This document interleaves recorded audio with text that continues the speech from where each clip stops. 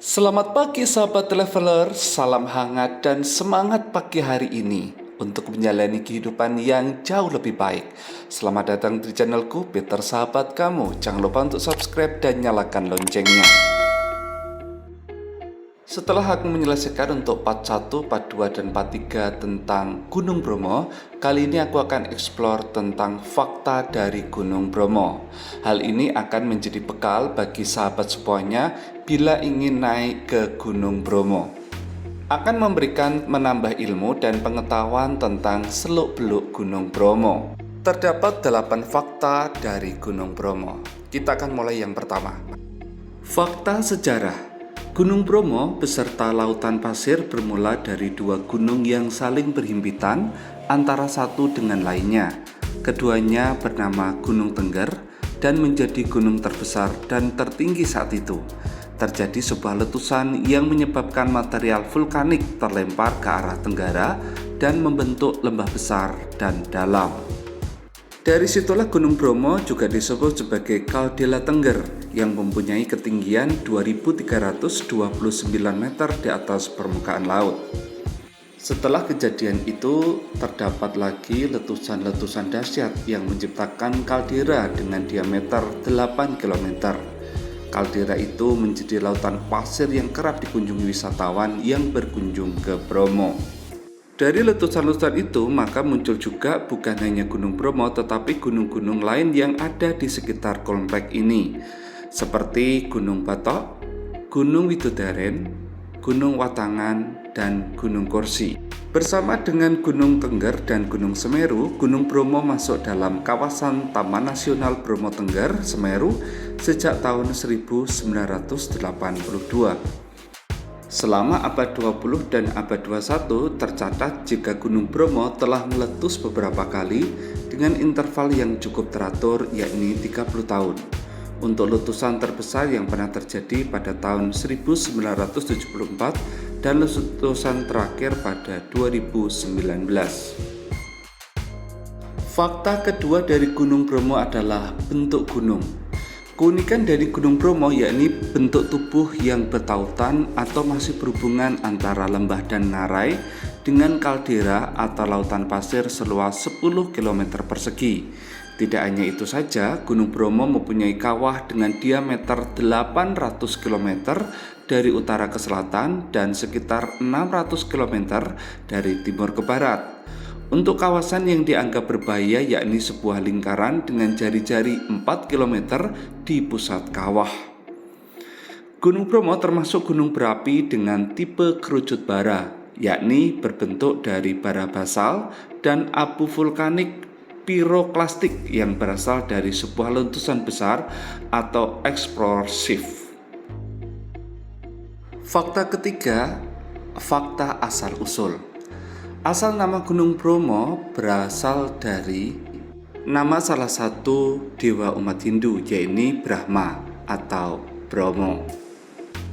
Nama Gunung Bromo diyakini ada kaitannya dengan dewa tersebut. Oleh karena itu, masyarakat sekitar, khususnya suku Tengger, menganggap bahwa Gunung Bromo sebagai gunung suci. Suku Tengger adalah keturunan dari masyarakat kerajaan Majapahit yang mengungsi karena kerajaan tersebut telah runtuh. Suku Tengger menjadi salah satu pemilik budaya yang masih khas yang ada di kawasan Gunung Bromo. Untuk masyarakat Tengger yang ada di sekitar Gunung Bromo, gunung tersebut dianggap sebagai gunung suci dan pada tahun suku Tengger sering mengadakan upacara Yatnya Kasada atau Kasodo. Upacara tersebut dilaksanakan pada tengah malam sekitar tanggal 14 atau 15 bulan Kasodo, Penanggalan Jawa. Upacara Kasodo sendiri dilaksanakan dengan membawa sebuah upacara persembahan atas hasil bumi. Nantinya hasil bumi tersebut akan dilempar ke dalam kawah Gunung Bromo sebagai bentuk syukur. Fakta keempat, di Gunung Bromo terdapat pura, yaitu Pura Luhur Ponten. Pada bagian kaki Gunung Bromo terdapat sebuah pura Hindu bernama Pura Luhur Ponten. Pura tersebut dibangun pada tahun 2000 dan dijadikan sebagai tempat sembahyang umat Hindu Tengger. Upacara Kasodo biasanya dilaksanakan pada bulan Agustus sampai September pada bulan purnama. Asal mula suku Tengger diambil dari nama belakang Roro Anteng dan Joko Seger. Keduanya membangun pemukiman dan pemerintah di kawasan Tengger ini.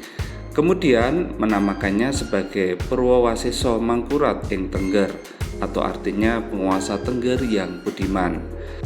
Kasodo merupakan juga sebuah upacara persembahan atau sesajen untuk Sang Hyang Widi atau para leluhur yang telah digelar setiap bulan Kasodo pada hari yang ke-14 dalam penanggalan kalender tradisional Hindu Tengger. Upacara ini juga digelar di Pura Luhur Ponten, tempat kaki Gunung Bromo, pada tengah malam hingga dini hari.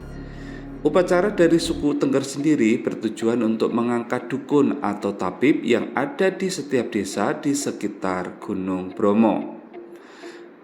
Dalam festival ini, suku Tengger akan melemparkan sesajen berupa sayuran, ayam, dan bahkan uang ke dalam kawah tersebut. Mereka juga harus melalui tes pembacaan mantra terlebih dahulu saat upacara Kasodo berlangsung sebelum dinyatakan lulus dan diangkat oleh tetua adat. Peran dukun atau tabib bagi suku Tengger sangat kuat karena dipercaya dapat menyembuhkan berbagai penyakit dan masalah yang dialami masyarakat. Fakta kelima, di Gunung Bromo merupakan tempat untuk memburu matahari terbit atau sunrise. Bahkan disebut sebagai golden sunrise atau penampakan matahari terbit terbaik di dunia. Bagi sahabat semuanya yang mau ke Bromo, ada beberapa tempat yang menjadi destinasi untuk berburu matahari terbit di Bromo. Yang pertama adalah di daerah Pananjakan. Pananjakan merupakan salah satu lokasi favorit para pemburu matahari terbit. Lokasi ini bisa dijangkau lewat pintu masuk Taman Nasional Bromo Tengger Semeru di Pasuruan, Jawa Timur.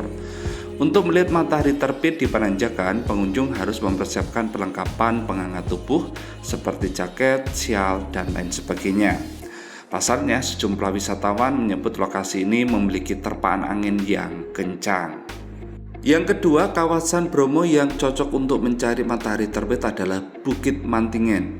Bukit Mantingen juga menjadi lokasi favorit untuk menyaksikan detik-detik matahari terbit. Pengunjung bisa mengakses Mantingen lewat Cemoro Lawang, Desa Ngadisari, Kecamatan Sukapura, Kabupaten Probolinggo, Jawa Timur. Untuk menuju puncak Mantingen, pengunjung bisa menjalan kaki atau naik ojek.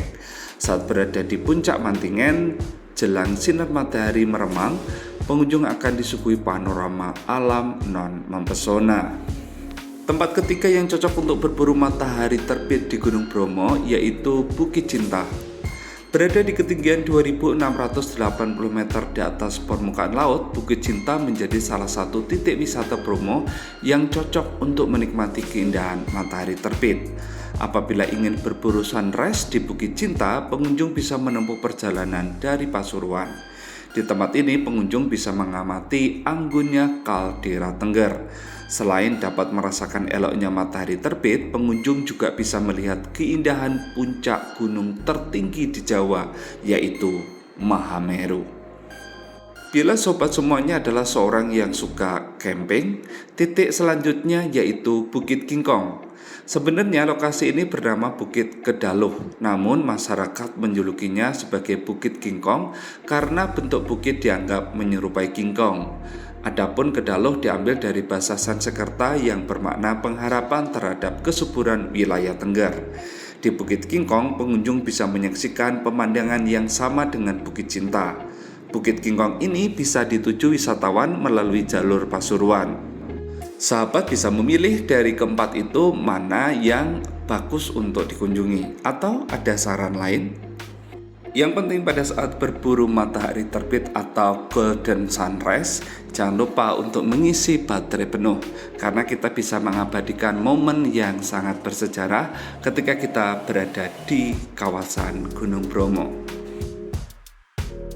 Fakta keenam, di Gunung Bromo terdapat kawasan bernama Pasir Berbisik, berupa lautan pasir yang terbentang sepanjang 10 km. Penduduk Tengger menyebut kawasan ini sebagai Segoro Wedi. Pasir Berbisik sendiri diberikan karena kawasan tersebut pernah dijadikan sebagai lokasi syuting sebuah film, yaitu Pasir Berbisik juga, yang dibintangi Christine Hakim dan Dian Sastrowardoyo. Selain itu, ketika angin berembus, pasir-pasir akan berterbangan dan mengeluarkan bunyi atau suara seperti orang berbisik. Hal itu karena pasir demi pasir yang diterbangkan angin berbenturan sehingga membentuklah sebuah artikel-artikel suara yang unik seperti berisik. Dan sahabat, pasir berbisik ini merupakan hamparan pasir yang sangat luas yang membentang di Bromo. Ini berada di sebelah timur kawah dari Bromo, yaitu di ketinggian 2000 meter di atas permukaan laut. Pasir Berbisik juga seringkali dijadikan sebagai bagian dari paket wisata Bromo. Biasanya kunjungan keempat ini dilakukan pada akhir sebuah trip setelah mengunjungi ketiga objek wisata lainnya, seperti puncak penanjakan 1, melihat sunrise, kemudian melihat aktivitas kawah Bromo, menyaksikan panorama padang rumput savana. Fakta ketujuh, di Bromo terdapat wisata yang bernama Bukit Teletabis. Bukit Teletabis sendiri merupakan hamparan padang rumput yang hijau dan bukit yang berjajar-jajar, indah sekali ditumbuhi rerumputan yang menyelimuti perbukitan, mengingatkan pada film anak-anak asal Inggris pada tahun 90-an, yaitu Teletubbies. Nah, di Bromo sendiri terdapat penampakan Bukit Teletabis disertai dengan padang savana di bawahnya, membuat lokasi ini menimbulkan kesan eksotik sehingga terjadi tujuan penting bagi para pecinta fotografi. Jika berkunjung ke sini, para pengunjung akan disuguhi hamparan hijau bak permadani. Pemandangan tersebut bisa menyejukkan mata. Sebagai fenomena, Bukit Teletabis Bromo merupakan sabana yang luasnya mencapai 382 hektar. Di tempat itu juga terdapat bukit-bukit yang dipenuhi warna hijau. Di sana banyak tumbuh banyak tanaman antara lain pakis, ilalang, lavender, dan berbagai jenis rumput. Bukit Teletabis sebenarnya bernama Lembah Jemplang. Tempat tersebut kemudian menjadi julukan Bukit Teletabis karena pemandangannya mirip dengan bukit dan padang hijau di serial Teletubbies. Untuk ke Teletubbies, pengunjung bisa menyewa kendaraan yang terdapat menjelajahi medan berat.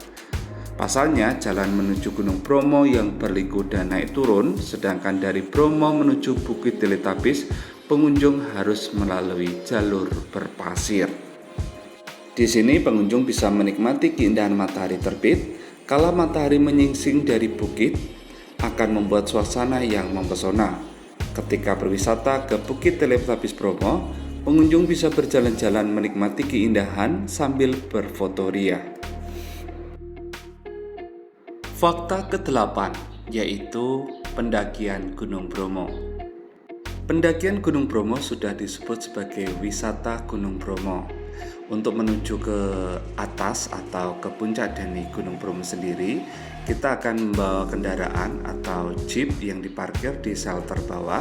Setelah itu pengunjung akan berjalan kaki dari shelter jeep sampai ke puncak, atau bisa menaiki kuda. Kalau kita naik kuda, kita bisa membayar 100.000 sekali jalan atau 200.000 pulang pergi atau PP-nya.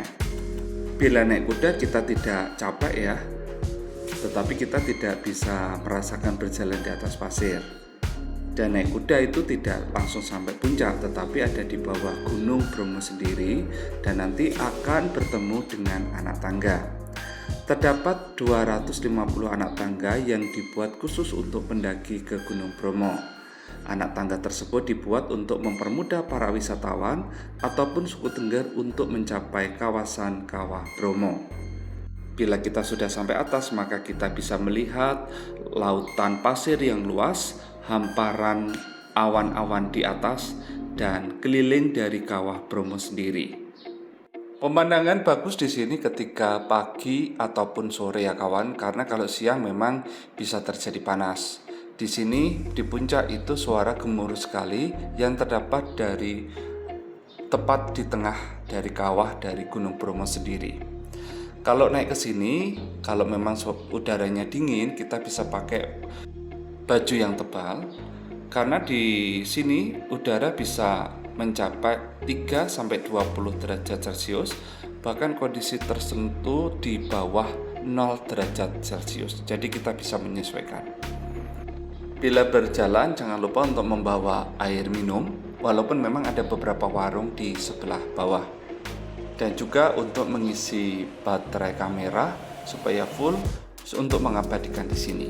Selain itu kita juga harus menghormati penduduk di sekitar yang beribadah karena mereka ada beberapa tempat peribadatan di sini.